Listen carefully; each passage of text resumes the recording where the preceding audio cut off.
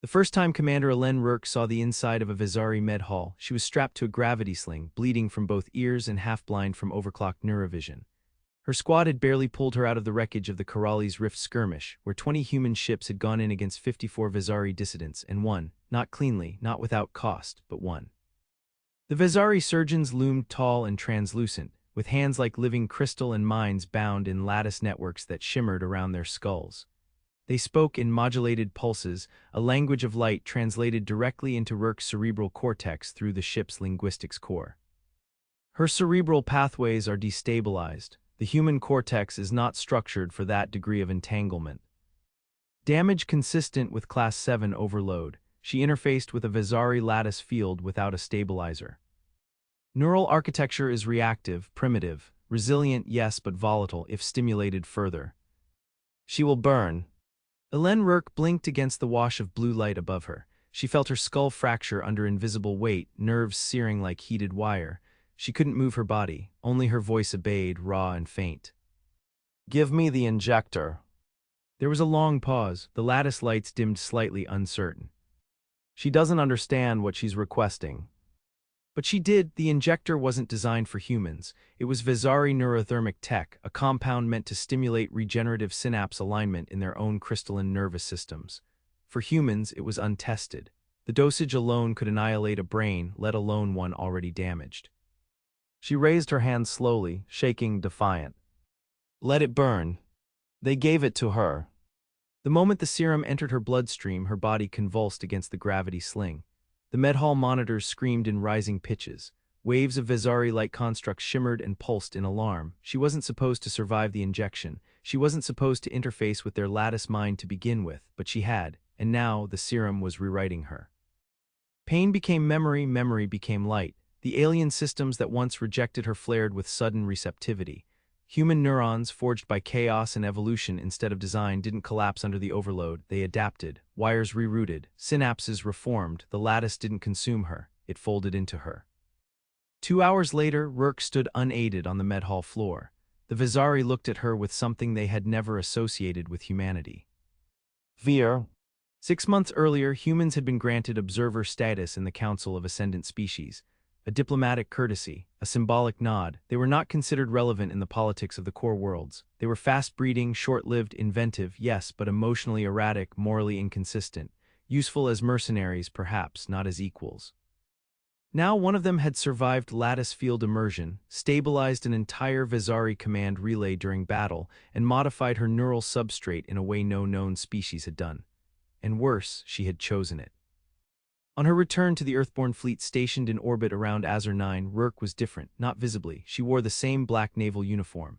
She still carried the twin-barrel kinetic pistol on her right thigh, the weapon that made her a legend among the Outer Reach colonials. But her eyes, there was something else now. A kind of shifting shimmer, a trace of lattice resonance beneath her irises. Fleet Admiral Saren met her aboard the dreadnought Arclight, flanked by Terran defense ministers and a delegation from the Union of Colonial Worlds. Rourke stepped off the transport ramp and saluted crisply. Saren didn't return the salute. "They said you injected Vizari neuroserum, that you let it rewire you. Is that true?" Rourke met his gaze, steady as orbital lock. "It's not just serum, it's a key. They're terrified of what it unlocks." Saren frowned. "You could be compromised. How do we know you're not?" "I'm not a puppet, I'm a mirror. They saw something in me they couldn't predict, couldn't assimilate. That's why I lived." There was silence across the bridge as ministers exchanged wary glances. Then one of them, Minister Halbrecht from the Mars Directorate, leaned forward. "What did it feel like?" Rourke's voice was low. "Like holding fire in your hands, like seeing every lie a species tells itself all at once, and still choosing to be human." The Admiral sighed. "Then we'll need you again. The Vizari collective is fragmenting. There are factions rising we don't understand. Something coming, something big." Rourke nodded. The lattice still whispered behind her thoughts. A chorus of alien minds trying to make sense of her presence, trying to model her behavior. They still didn't understand what it meant to break pattern, to improvise, to feel. "I'll go back in," she said. "You'll die. Maybe, but if I don't, we won't just be guests in their galaxy anymore." That night aboard the Arclight, she interfaced with a dormant Vizari artifact found orbiting a dead moon in the Skeller Verge. No one had been able to activate it. Even the Vizari who built it had long since abandoned its language, but when she touched it, the structure hummed to life. A map ignited across the void, coordinates pointing to a place outside known space, to a relic world lost before the first conclave. A voice not hers spoke through her mouth. The echo throne stirs, all who touch the lattice shall kneel or burn. The council sent a reconnaissance fleet, only fragments returned. Elen Rourke volunteered to lead the next mission herself. And the Injector was waiting, another dose, stronger, refined. This time it wouldn't just let her survive. It would let her shape the lattice from within. The fleet gathered at the edge of known space, beyond the light of any mapped star. 50 Terran ships, a dozen stolen Vizari interceptors refitted with human navigational systems, and the flagship Arclight at the center, its hull bristling with energy lances and gravitic torpedoes. They formed a spearhead, a silent wedge poised to pierce into the dark beyond. Commander Elen Rourke stood on the observation deck, the cold void reflected in the black of her uniform. She had taken the second injector 2 days before departure. This time the transformation was different, no convulsions, no screaming monitors, instead a gradual, deliberate evolution. Her mind stretched wider, able to sense the faint lattice hums of nearby Vizari ships, able to anticipate the dissonance patterns that warned of instability. She had become something between human and lattice-born, though her soul, whatever part of her resisted reduction to signals and impulses, remained untouched. It was her anchor. The briefing commenced in the core war chamber. Holographic maps spread across the room, shifting and reframing around a single, central location, Grid Null, the anomaly beyond the veil of ghosts.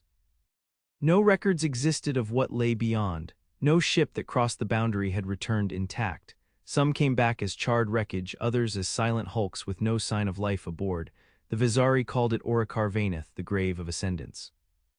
"There's movement beyond the anomaly," said Lieutenant Amara Voss, Fleet Intelligence Officer. She gestured at a holographic spectrograph showing bursts of unpatterned energy. "Something is waking up. We believe it's connected to the Echo Throne." Murmurs rippled through the assembled officers. The Echo Throne, the term had first been spoken through Rourke during the artifact activation. No records in any database, Terran or alien, explained its meaning. It was older than Vizari civilization, older perhaps than the lattice itself. Fleet Admiral Saren turned to Rourke. "Your mind is our key, if you sense any traps, any distortions." "I'll know," she said simply. Saren nodded, "then move out." They crossed the veil 5 hours later. The shift was immediate, space itself seemed to buckle. The familiar rhythm of sensor pings, the heartbeat of fleet navigation, faltered, lights dimmed, static bled into communications. Some ships reported seeing flickers outside their hulls, shapes moving in the dark, too fast and massive to be comprehended. The Arclight's hull resonated with subharmonic vibrations, not mechanical, not random, like a voice felt through bone rather than heard. Rourke stood at the forward viewport, steady against the mounting distortion. The lattice inside her responded to the anomaly, threads of alien geometry unfolding behind her eyes. She saw flashes, a vast ruined city floating among shattered moons, towers made from memory and dust, rivers of liquid starlight flowing uphill against impossible gravity. At the heart of it all, the throne. Not an object, not a seat, but a focal point of mind, a crucible where sentience itself could be reforged. But it was damaged, fractured by war or decay. It pulsed like a wounded star, radiating signals of pain and command in equal measure. Around it, vast fleets of ancient design lay dormant, waiting for the call to rise again. A flicker of movement pulled her attention back. On the edge of the fleet formation, the corvette windcutter shuddered violently, its hull plates distorted as if pulled by invisible hands. Screams filled the fleet comms before it was abruptly silenced, leaving only a drifting wreck. "They're testing us," Rourke said, "probing our minds, looking for weaknesses." "Shields to maximum," barked Admiral Saren. "Keep formation tight, no stragglers." They pressed forward. Near the broken city, they found remnants of other species, ships and constructs unlike anything catalogued, species that had come before the Council of Ascendant Species. All failed, all erased. And still, the voice of the throne whispered to Rourke. "Come closer, burn away the old, become new." She knew what it was offering, not death, not enslavement, transformation. A new lattice, one that merged organic will and alien design into something beyond either. A lattice no longer limited by the cold logic of the Vizari or the chaos of unbound evolution. But it came at a cost. Humanity's soul. On the third day inside the anomaly, a Vizari fleet appeared. Not collective ships loyal to the Council, but a rogue faction, the Scions of Vaeneth. Their vessels were sleeker, predatory, their lattice cores burning with unstable energies. They had crossed the Veil long before humanity, drawn by the same call, and they had already begun the process of surrender. Their commander hailed the Arclight, a translucent being with facets of molten glass for eyes. "You are trespassing upon sacred ground," it said. "Turn back, lesser minds, or be reforged as dust." Admiral Saren looked to Rourke. "We don't have the firepower for a stand-up fight," he murmured. "No," she agreed, "but they still think in patterns, predictable, we don't." She ordered the fleet into dispersion formation, scattering their ships like chaff. The Scions pursued, breaking their own cohesion. Rourke moved the Arclight into a dense debris field, using wrecked ancient ships for cover. She transmitted false signals, phantom echoes of the fleet's location, tricking the Scions into traps. In the confusion, they struck, surgical, brutal, human. Missiles breached Scion hulls. Boarding pods slammed into lattice cores. Marines in exosuits stormed the alien vessels, planting breacher charges and using lattice disruptors designed on the fly from Rourke's new understanding of the neural fields. The battle raged for 16 hours without pause. At the height of the chaos, Rourke led a strike team into the enemy flagship, targeting its lattice heart. Inside, they found something worse than soldiers. Scion constructs humanoid shapes with hollowed eyes, beings who had surrendered everything to the throne's will. Half-organic, half-synthetic, mindless extensions of a greater hunger. They fought through them anyway. At the core, Rourke faced the Scion commander, a being once Visari but now something else entirely. It spoke in a voice that layered 1,000 whispers over each other. "You cling to your weakness," it said. "You refuse the gift. Why?" She lifted her pistol and shot it through its resonant core. "Because we are not meant to be perfect," she said. "We're meant to fight." As the Scion ship collapsed into the void, Rourke reached into its lattice with her altered mind, seizing a fragment of their navigation data. It pointed to the center of the anomaly, to the throne itself. No turning back. She returned to the Arclight, bloodied but unbroken, and ordered the fleet to advance. The next battle would not be against ships or constructs. It would be against the will of the throne itself. And Rourke would not kneel. The fleet, battered but unbroken, sailed deeper into the heart of the anomaly. Space itself had become unreliable, time slipped. Ships reported clocks desynchronizing, internal chronometers running at different rates. Some decks aboard the Arclight seemed longer or shorter than before. Shadows moved against the light. Commander Elen Rourke stood at the center of the command bridge, her mind anchored to the lattice currents around them. She could feel the throne's gravity, a pull not of mass but of intention. It dragged at her consciousness, tempting her to let go, to surrender the fragile linearity of human thought and become something wider, colder, eternal. The fleet's route converged on a monumental structure, a shell world, cracked and bleeding fragments of itself into the void. Spires thousands of kilometers high jutted from its surface, radiating lattice signals like a dying heartbeat. The Echo Throne waited inside. Fleet Admiral Saren appeared on the comms, his face drawn and grim. "All ships hold position, launch scout drones. We need detailed mapping before we approach." Rourke shook her head. "No drones, the throne can consume signals. Each transmission is a pathway it can use." Saren hesitated, then nodded. "Your lead, Commander." The humans would go in blind. They deployed assault wings, 20 dropships loaded with Marines, scientists, and lattice specialists. Rourke's strike team boarded Spearhead 1, an armored dropship fitted with the newly developed lattice dampeners. The technology was experimental, synthesized from what she had stolen from the Scions. It wouldn't stop the throne's influence completely, but it might slow it. As they descended toward the cracked surface of the shell world, the throne's true defenses revealed themselves. Lattice constructs rose from the ground, massive beings of warped stone and memory, stitched together by invisible will. They took form stolen from the minds of those who approached, a hybrid of nightmare and remembrance. One resembled a twisted version of Earth's first interstellar colonizer ships, fused with predatory alien anatomy. Another took the shape of Terran soldiers long dead, their faces contorted in silent screams.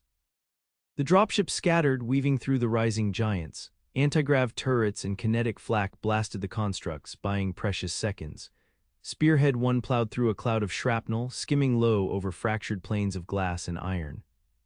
Inside the cabin, the Marines braced themselves. Most wore expressionless helmets, some whispered prayers. Rourke sat still, eyes closed, reaching into the lattice currents.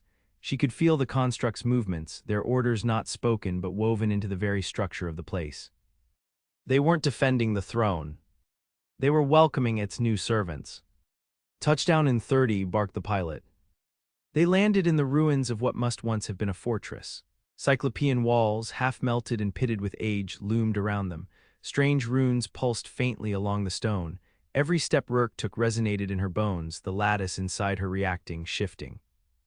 At the heart of the fortress stood a gateway, a wound in space itself, framed by arching fragments of impossible material. Beyond it, she sensed the throne's true core. But it was not unguarded. A figure waited before the gateway. Not Scion, not Visari. Human, or something that had once been. He wore the tattered remains of a Terran exploration suit, the insignia of the first Reach expedition still faintly visible on his chest. His eyes glowed with lattice fire. His skin had a translucent shimmer, as if his flesh barely contained the light within. He spoke in a voice that vibrated the air. "You came late." The Marines raised their rifles, but Rourke gestured them down. "Who are you?" she asked. "I was once Commander Elen Trask," he said, "first man to cross the Veil, first to kneel." She recognized the name. The Reach expedition had vanished a generation ago. No survivors, no signals, only rumors. "You surrendered to it," she said. Trask smiled, a cracked and broken thing. It offered what Earth could never give, perfection, eternal purpose. Rourke stepped forward. "And what price did you pay?" Trask raised his arms, and from the gateway poured a tide of constructs, twisted beyond recognition, bearing the features of 100 dead species. "The price is freedom," he said. Battle erupted. Rourke moved with lethal precision, the lattice within her guiding her reflexes beyond human limits. Her pistol barked, each shot rupturing lattice nodes inside the constructs, collapsing them in bursts of shattered energy. Marines fought with grim efficiency, deploying dampener grenades that tore gaps in the enemy tide. But it wasn't enough. Trask moved among the chaos like a god, rewriting the battlefield as he willed. Walls twisted, gravity inverted, men and women screamed as reality betrayed them. Rourke knew she had only one chance. She sprinted toward the gateway, dodging lashes of impossible matter, her senses burning with the throne's proximity. She reached the threshold, and Trask was there, blocking her path. He struck, a lattice blade forming in his hand. She caught it on her forearm, her armor cracking but holding. The impact sent her skidding back. "You can't win," he said. "You're too small, too broken." She rose slowly. "Maybe," she said, "but I'd rather die broken than live hollow." She drew the third injector from her belt. It was different from the others, black-cased, designed not to adapt to the throne but to reject it violently. It was humanity's last weapon, an act of pure defiance. The alien doctors who had warned her before, the Visari healers who spoke of neural overload, would have screamed to see her now. Already the first 2 injections had pushed her brain beyond safety. This third would obliterate the remaining safeguards, burn through the lattice entanglements, and leave only raw, untamed consciousness. She jammed the injector into her neck and whispered through the storm, "Let it burn." The chemical fire spread instantly. Her vision shattered into fragments, her body convulsed, but this time she welcomed it. She reached through the agony, seized the lattice currents, and bent them not with calculation but with will. Trask staggered back, howling in fury.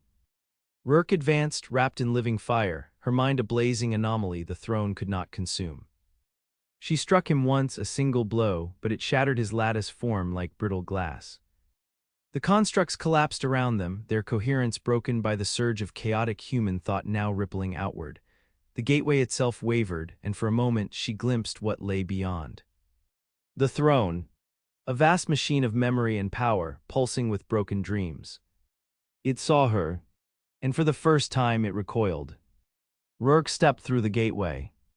The final battle was about to begin, not of weapons, but of will, of mind, of soul. And this time humanity would not bow. The moment Elen Rourke crossed the threshold, the world behind her disappeared. The arclight, the Marines, the ruins, all dissolved into a horizonless expanse of light and memory. No ground beneath her boots, no sky above. Only endless shifting fields of thought, rivers of ancient decisions fossilized into gleaming structures that rose and fell without logic. This was the throne's core, not a place but a consciousness stretched across spacetime, older than anything born in flesh or steel. It was not malevolent, it was not kind, it was a vast machine of assimilation, and it had judged all other life before her to be incomplete, broken, temporary. It spoke without words. Submit, merge, ascend. The command crashed against her mind like a storm. It didn't feel like language, it felt like inevitability, a natural law as relentless as gravity or entropy. The third injector's fire still burned within her, a bulwark against the throne's pull. Her mind bucked and reeled but held. I am not here to be remade, she said aloud, though there was no air to carry the sound. I'm here to end you. The throne answered with 1,000 forms, assembling avatars from harvested dreams. Phantoms of her fallen comrades materialized around her, Danner from the rift, bleeding from a dozen wounds, Captain Morven, whose cruiser had bought them precious seconds at Azure 9 with her own life, the first Terran pioneers whose faces she had only seen in history reels. They begged her, "Stay, rest, be whole." She gritted her teeth, the burning inside her skull intensifying until her vision swam. "I'll stay," she said, "when we build our own damn throne." With a roar born of human rage, she willed the lattice around her to fracture. The avatars screamed and dissolved into molten glass. The throne recoiled. For the first time in countless cycles, it faced an entity it could not predict. Human minds, messy and illogical, refused the patterns it wove. Where other species bent or broke, humanity invented new shapes, new ideas. They refused to be contained. Around her the landscape twisted. No longer passive, the throne fought back. Rourke staggered as entire fields of thought crashed toward her, memories of fallen civilizations weaponized into storms of despair. Images of ruined cities, genocides, endless failures flashed before her eyes. The throne tried to break her hope, to show her that resistance was meaningless, that all paths led to decay. She planted her boots in the nothingness and summoned a memory of her own. Not of loss, of earth. The taste of rain on a battlefield, the glow of city lights against a smog-filled sky, children's laughter echoing in a half-buried colony dome on Mars, a battered old Terran flag, stitched and restitched across generations, carried into space not as a relic but as a promise. She hurled those memories back at the throne. The storms faltered. Cracks spiderwebbed through the golden expanse. The throne's lattice began to tremble. A figure emerged from the fracture, neither human nor alien. A shifting mass of possibility, of all that could have been if every species had surrendered to the throne's design. It attacked without hesitation. The battle that followed was unlike any fought with flesh. It was a war of thoughts, of competing visions. Each strike was a contest of meaning. The throne's champion tried to bind her with visions of perfect unity, a universe without war, without hunger, without death. Rourke countered with the image of a free colony on the edge of known space, raw and dangerous, filled with mistakes and miracles. It tried to drown her in the endless weight of ancient knowledge. She answered with a soldier's stubborn refusal to abandon comrades under fire. It tried to tempt her with immortality. She refused with the simplest truth she knew, that it was better to live one imperfect lifetime free than an eternity as a tool. Every clash tore at her mind. She could feel parts of herself unraveling, old fears and doubts clawing to the surface. She wasn't some genetically engineered ideal. She wasn't born for this. She was a woman who had once stolen a fighter ship because it was the only way to save a town no one else cared about. She was human, and humans fought. With a final surge of will, she plunged into the core fracture. She found herself standing in a vast, broken chamber. At its center was the heart, a construct of mind and matter pulsing with the weight of 1,000,000,000 surrendered wills, the true seat of the Echo throne. It was beautiful, terrible. It reached for her, offering one last time the promise of peace, of purpose, of an end to loneliness and fear. She raised her hand, and in it, the last weapon humanity had forged for her, a memory bomb encoded not in machinery but in thought itself. A crystallized rejection of the throne's principle, designed to overload the lattice from within. As she activated it, the heart spoke, not in commands but in something almost like sorrow. "You will destroy what could have been everything." She smiled, tears burning in her eyes from the unbearable pressure around her. "We'll make our own everything." The bomb detonated.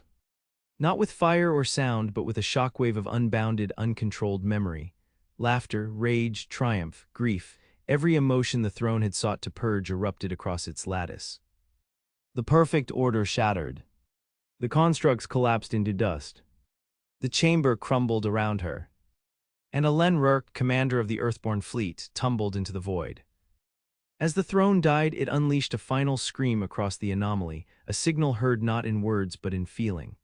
Across the council worlds, across the Vizari dominions, across the uncharted spaces between stars, the death cry of a god machine echoed. And humanity's name was written into the stars in fire. She awoke in silence. The void was gone, the fractured lattice was gone, even pain, once her constant companion, had vanished. Elen Rourke floated in a dim sphere of light, disoriented, breath slow and ragged. Her armor was torn, her skin laced with glowing scars where lattice fire had touched her bones. The Injector's final burn still lingered in her veins, a fading echo of defiance. Something flickered above, a faint hum like a dying star exhaling its last energy. She rose slowly and turned her head. The heart was gone. In its place hovered a sphere of broken thought, a collapsing field of unanchored will, the core of the throne now unraveling. She had won, but she had not escaped.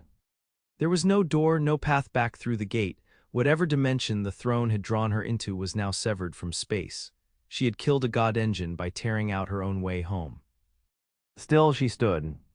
Her mind reached outward, weakly at first, then with growing clarity. The lattice no longer controlled her. It obeyed her now, what remained of it anyway. Threads of residual signal coiled around her, instinctively protective, remnants of a slain intelligence without directive. She gave it one. A pulse, a single raw beacon etched into the structure of herself, radiated outward. I am Elen Rourke, I am human, I survived. Somewhere, somehow, the message would find its way through. Then darkness took her. On the edge of the Veil of Ghosts, the arclight drifted in silence. Days had passed, then weeks. Admiral Saren had refused every order from the Council to withdraw. The fleet remained, holding vigil at the edge of an anomaly that had gone dark the moment Rourke vanished. Every simulation suggested she was dead. No one survived neural collapse at that level. The last burst of lattice resonance had almost torn through the fleet's shielding. Still they waited. And then the signal came. It didn't arrive through radio nor through subspace relay. It shimmered directly into the Arclight's navigation system, an encoded pattern of gravitic signatures and lattice echoes, impossible for any known species to compose. Human. The helm officer stared at it in silence before calling it out. It's a flight path. Saren stepped forward. To where? The officer swallowed. She's coming back. A ship emerged days later, a fragment of the throne, reshaped, reforged. Once a construct of assimilation, it had been turned into a vessel of return. Human writing marked its hull. Improvised thrusters blinked against ancient alloys. Rourke's flag, the torn, patchworked Earthborn banner, hung from its side, fused into the hull plating. Inside, she slept in cryostasis, her vitals flickering weakly but alive. The med teams were silent when they pulled her out. None of them had words. She should not have lived, and yet she did. She opened her eyes on the operating table, exhaled, and whispered 2 words. Status report. Her debrief lasted 70 hours. Terran leadership demanded answers. The Council demanded containment. The Vizari, fractured into dozens of warring sects, sent both emissaries and assassins. None of it mattered, because something else had happened. The death of the throne had not gone unnoticed. Across the galaxy, lattice architecture flickered. Ancient war constructs buried beneath glass moons powered on. Worlds long dormant awoke with seismic fury. The Scion remnants fled into the dark, their minds unmoored. The Veil of Ghosts collapsed, no longer a barrier but a doorway. And the species of the galaxy turned to Earth and asked the question they never thought they'd ask. What now? The final Council summit was held on neutral ground, orbiting the ruined world of Arrakis, where no species had ever claimed dominance. Every major civilization sent a delegate. Some arrived with fleets, some with bioorganic thoughtships that swam through vacuum. The humans came with 3 destroyers and a single woman. Rourke. She stood at the center of the chamber, body still marked by what she'd endured. Her voice carried without amplification. You feared what we might become. You gave us scraps, observer status, exile to the outer reach, and we were grateful for the chance to learn, but now you've seen what we are. One of the Vizari elders, cautious and trembling, spoke. You destroyed the Echo throne. You could have claimed it. I didn't want a throne, I wanted a future. The Zorathi chancellor, speaking through a harmonic sphere, trembled. What did it offer you? Everything, she said, perfection, eternity, the end of war, the end of pain. All I had to do was stop being human. And why didn't you? She met its gaze, unblinking. Because pain teaches, mistakes guide, death reminds us what matters. That's where strength comes from. That's why you should fear us, not because we destroy, because we endure. Silence, the weight of history shifted. The Vizari delegation stood. We move that Earth be granted full status in the conclave. The motion passed unanimously. Years later, Rourke stood again on Earth. Not in a war room, not in a battlefield, but in a classroom. She lectured before the first cohort of the Unified Sentience Academy, a mix of human, Vizari, Zorathi, and 3 species whose names had only been spoken in throne-glitched prophecy. She pointed to a star map on the wall. That's the edge of mapped space. Beyond that is the deep black, thousands of years of silence, but there are signals now, new ones. A student raised a hand. Do we explore? Rourke smiled. We're human, we never stop. She turned back to the map and beneath the glare of the old lights of Earth, charted the first path beyond the grave of a god. A path they would walk not in submission, but in fire,